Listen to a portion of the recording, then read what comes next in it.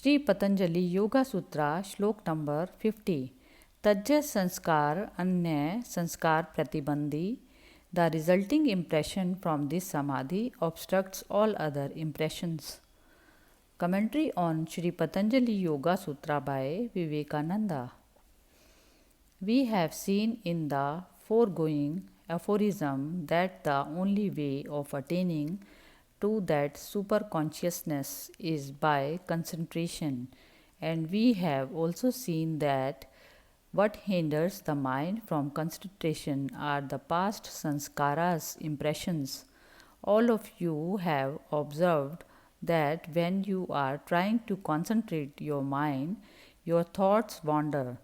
When you are trying to think of God, that is the very time these sanskaras appear.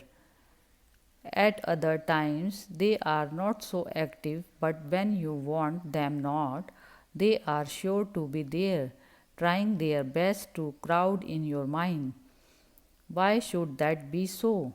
Why should they be much more potent at that time of concentration?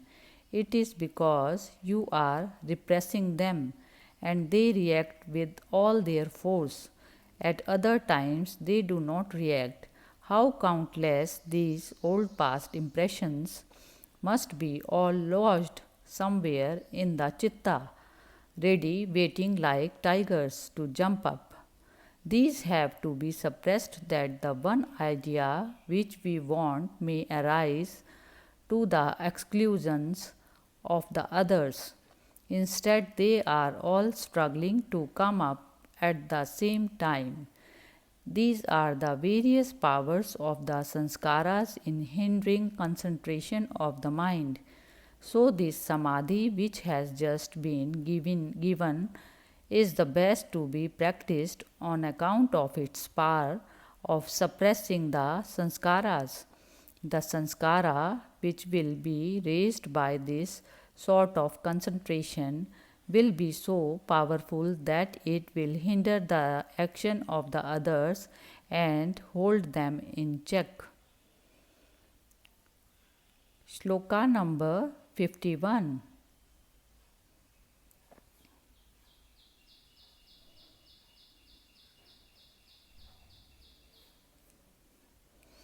तस्य अपि निरोधे सर्वनिरोध निर्बीजः समाधि. By the restraint of even this impression which obstructs all other impressions, all being restrained, comes the seedless samadhi.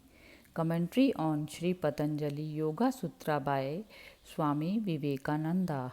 You remember that our goal is to perceive the soul itself. We cannot perceive the soul because it has got mingled up with nature, with the mind, with the body.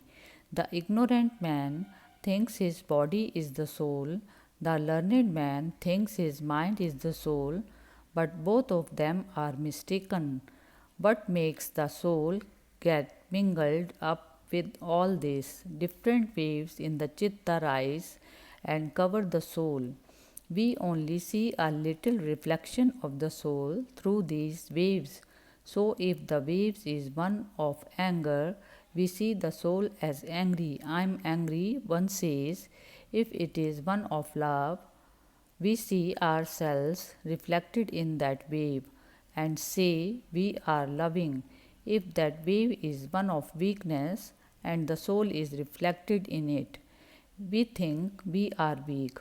These various ideas come from these impressions, these sanskaras covering the soul.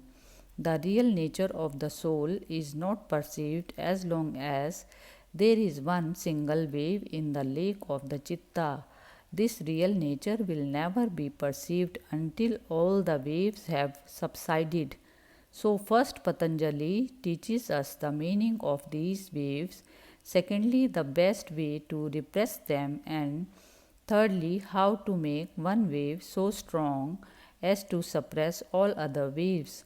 Fire eating fire, as it were. When only one remains, it will be easy to suppress that also. And when that is gone, this samadhi or concentration is called seedless.